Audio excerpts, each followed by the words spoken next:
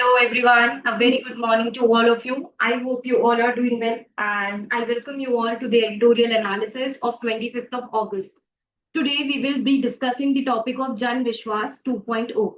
So this is a very important topic for UPSC preparation. ये आप GS2 में use कर सकते हैं, आप इसको governance में आपके लिए use आ सकता है. Then it is obviously a topic in polity. So ये कुछ different topics हैं जहां पर आपको ये जन विश्वास 2.0 use आएगा. बेसिकली ये जो बिल है इसका मेजर एम ये है कि कुछ सेंट्रल लॉज को अमेंड करके माइनर ऑफेंसेस को डीक्रिमिनलाइज करेंगे. We will be discussing this in the format of a UPSC question answer. तो यहाँ पर अगर जैसे मैं आप लोगों के लिए क्वेश्चन पढ़ूं तो द क्वेश्चन इज की जो जन विश्वास मूवमेंट ऑफ प्रोविजंस बिल है 2025, it seeks to amend 16 central acts. इस बिल को हम क्रिटिकली एनालाइज करेंगे, क्या इसके पॉजिटिव्स हैं, क्या चैलेंजेस हो सकते हैं etcetera, especially in the context of ease of living and ease of doing business in India. If I talk about the recent context, तो ये इस बिल का सेकेंड फेज है. ऑलरेडी जन विश्वास एक्ट 2023 था जिसमें कि 183 प्रोविजंस को डीक्रिमिनलाइज किया गया था अक्रॉस 42 लॉज. अब ये जो 2025 वाला बिल है ये और आगे एक स्टेप और आगे मूव करेगा और इसमें 16 सेंट्रल एक्ट्स को कवर किया गया है. नाउ एक चीज जो आपके माइंड में आ रही होगी कि दोबारा से गवर्नमेंट ऐसा क्यों कर रही है. So why the government is doing this, क्योंकि हमने देखा कि माइनर ऑफेंसेस की वजह से बहुत सारे पेंडिंग केसेस हो रहे हैं जुडिशरी में. तो उन पेंडिंग केसेस को रिड्यूस करने के लिए गवर्नमेंट एक तरीका लेकर आई, क्यों ना ये जो छोटे छोटे माइनर ऑफेंसेस है इनको हम डीक्रिमिनलाइज कर दें. What is the bill all about? ये जन विश्वास 2.0 है क्या? तो ये प्रपोज करेगा अबाउट अमेंडिंग 355 प्रोविजंस एक्सेट्रा 288. ये सारे नंबर्स आपको याद नहीं करने, you just have to understand the basic gist कि ये ट्राई कर रहा है माइनर ऑफेंसेस को डीक्रिमिनलाइज करने के लिए ताकि ईज ऑफ डूइंग बिजनेस बढ़ जाए, प्रोविजन सिंप्लीफाई करे जाएंगे, पेनल्टीज को रैशनलाइज किया जाएगा. इसका अगर जैसे मैं आप लोगों को एक एग्जांपल दूं तो इलेक्ट्रिसिटी एक्ट जो है 2003 का, अब तक अगर आप कुछ कंप्लायंस नहीं करते हो उसमें तो 3 मंथ इम्प्रिजनमेंट हो सकती है. लेकिन अभी इस बिल के थ्रू ये बात चल रही है कि इसको रिप्लेस करके एक फाइन इंट्रोड्यूस कर देते हैं 10,000 से लेके 10 लाख तक का. तो पेनल्टीज रैशनलाइज की जा रही है, लॉस को सिंप्लीफाई किया जा रहा है, कुछ जो प्रोविजंस है उनको डीक्रिमिनलाइज किया जाएगा ताकि जो ईज ऑफ डूइंग बिजनेस है, ईज ऑफ लिविंग है, वो हमारे यहाँ इंप्रूव हो सके. सबसे इंपॉर्टेंट चीज जो आपको पता होनी चाहिए whenever you are reading something is कि what is this bill about, इसके की फीचर्स क्या है.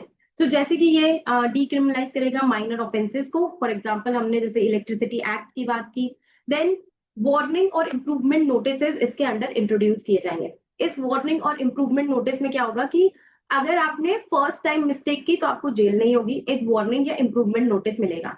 फॉर एग्जाम्पल ये किस पर अप्लाई हो सकता है? मोटर व्हीकल्स एक्ट पे अप्लाई होगा, ये अप्रेंटिसेस एक्ट पे अप्लाई होगा. देन अनदर पॉइंट इज कि इसमें जो पेनल्टीज है उनको रैशनलाइज किया जाएगा. तो पेनल्टीज को रैशनलाइज मतलब हर 3 साल में अपने आप 10% इंक्रीज हो जाएगा, ऑटोमेटिकली पेनल्टी बढ़ जाएगी ताकि बार बार जो हम लॉ को हमें अमेंड करना पड़ता है वो हमको ना करना पड़े. यहाँ पर 16 सेंट्रल एक्ट्स आ रहे हैं इसके अंदर, जैसे कि RBI act, drug and cosmetics act etcetera. What are the factors for introducing this bill is जैसे कि ओवर क्रिमिनलाइजेशन हो गया है माइनर एक्ट्स का, जैसे कि हमने देखा थोड़े बहुत लॉज वगैरह तोड़ने पर उसमें ऐसे क्या कहते हैं इम्प्रिजनमेंट हो रहा है एक्सेट्रा. तो ओवर क्रिमिनलाइजेशन हो रहा है. जुडिशरी में जो पेंडिंग केसेस है उसको रिड्यूस करने के लिए, जुडिशियल क्या कहते हैं जो बार बार जुडिशरी पे बर्डन पड़ रहा है उसको कम करने के लिए, ईज ऑफ डूइंग बिजनेस. और बाकी भी हमने ऑल ओवर द वर्ल्ड भी हमने ऑब्जर्व किया कि जो डिफरेंट कंट्रीज है वो भी मॉनेटरी पेनल्टीज यूज कर रही है, एडमिनिस्ट्रेटिव सैंक्शंस यूज करिए, ना कि imprisonment for economic offences. Imprisonment करने से ओवरऑल इंफ्रास्ट्रक्चर पे बहुत बर्डन पड़ता है, चाहे वो जुडिशरी हो, चाहे आपके वो प्रिजन्स हो. प्रिजन्स में भी एक प्रॉब्लम है ना, ओवर क्राउडिंग ऑफ प्रिजन्स. तो these are some of the things. Let us discuss some of the positive impacts. तो इसके पॉजिटिव इम्पैक्ट्स क्या क्या हो जाएंगे, जैसे कि हम बहुत देर से डिस्कस कर रहे हैं, ईज ऑफ डूइंग बिजनेस हो जाएगा. तो इंडिया ने काफी अपनी रैंकिंग इंप्रूव भी कर ली थी और इन रिफॉर्म से और ज्यादा हमारे यहाँ बिजनेस करने में क्या कहते हैं आसानी हो जाएगी. जुडिशियल जो केसेस हैं एक्सेट्रा ये सब कम होंगे, बैकलॉग कम होगा उनका. रेगुलेशन जो है वो प्रिडिक्टेबल है. कैसे प्रिडिक्टेबल है? क्योंकि हर साल 10% का ऑटोमेटिक इंक्रीज है. इन्वेस्टर्स का कॉन्फिडेंस बढ़ेगा क्योंकि जो बिजनेस प्रोसेसेस है एक्सेट्रा ये सब सिंप्लीफाई हो रहे हैं. However there are certain criticism as well, जैसे कि अगर प्रॉपर डेटरेंस नहीं है ना, तो वीक एनफोर्समेंट भी हो सकता है। लोगों को लगेगा ठीक है कोई नहीं, पैसे ही तो देने हैं, देके रफा दफा कर देंगे। कंज्यूमर और पब्लिक सेफ्टी पे भी इम्पैक्ट पड़ सकता है, क्योंकि कुछ प्रोविजंस को जैसे अगर हम डीक्रिमिनलाइज कर रहे हैं तो इससे क्या होगा कि पब्लिक हेल्थ या सेफ्टी इम्पैक्ट हो सकते हैं। For example, drugs and cosmetics act, अगर इसको हम डिक्रिमिनलाइज करते हैं, इसके अंडर जो माइनर ऑफेंसेस हैं, तो उससे हेल्थ स्टैंडर्ड कॉम्प्रोमाइज हो सकते हैं। फूड एडल्ट्रेशन, सब स्टैंडर्ड ड्रग्स, इस सब में सिर्फ क्या हो रहा है कि अगर डेटरेंस कम हो गया तो लोगों को क्या लगेगा, मे बी एडल्ट्रेट कर दिया और सोचेंगे कि ठीक है फाइन वगैरह दे देंगे और छूट जाएंगे। लोगों को यही है कि पे करेंगे एंड ब्रेक करेंगे, पे एंड ब्रेक जो मॉडल है वो आ जाएगा, तो इससे क्या होगा कि हमारा रेवेन्यू जरूर जनरेट हो जाएगा, जस्टिस कहीं ना कहीं कॉम्प्रोमाइज हो सकता है। इम्प्लीमेंटेशन चैलेंज है, स्टेट लेवल पे आर्बिट्री एनफोर्समेंट हो सकती है एक्सेट्रा। वे फॉरवर्ड ये रहेगा कि एक बैलेंस्ड मैनर में हम लॉज को डिक्रिमिनलाइज करें, taking account of health, environment, consumer safety etcetera. Graded penalties हम अपना सकते हैं, फर्स्ट ऑफेंस वार्निंग, फाइन, फिर रिपीटेड ऑफेंस के लिए स्ट्रॉन्गर एक्शन ले लीजिए। Digital compliance mechanism, single window system etcetera, ताकि प्रोसीजरल लैप्सेस को रिड्यूस करें।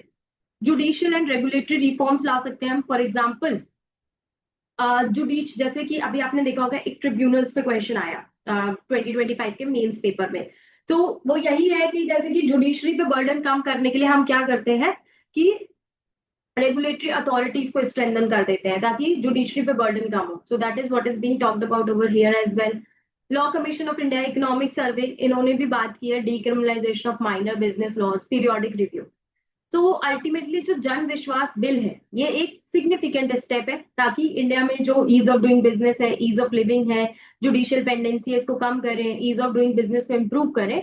लेकिन अगर आप क्या कहते हैं एक ब्लैंकेट की तरह आप डीक्रिमिनलाइज करेंगे चीजों को, so that could dilute deterrence in areas concerning public safety, consumer rights, etc. So what we need is a balanced approach. This is all about the Jan Vishwas 2.0 bill. I would advise all of you to practice this question. इसको आप answer writing कीजिए इसकी, bring it in the mentorship sessions, telegram group में आप डाल सकते हैं, youtube के comment section में आप डाल सकते हैं। Thank you for watching this video and good luck everyone.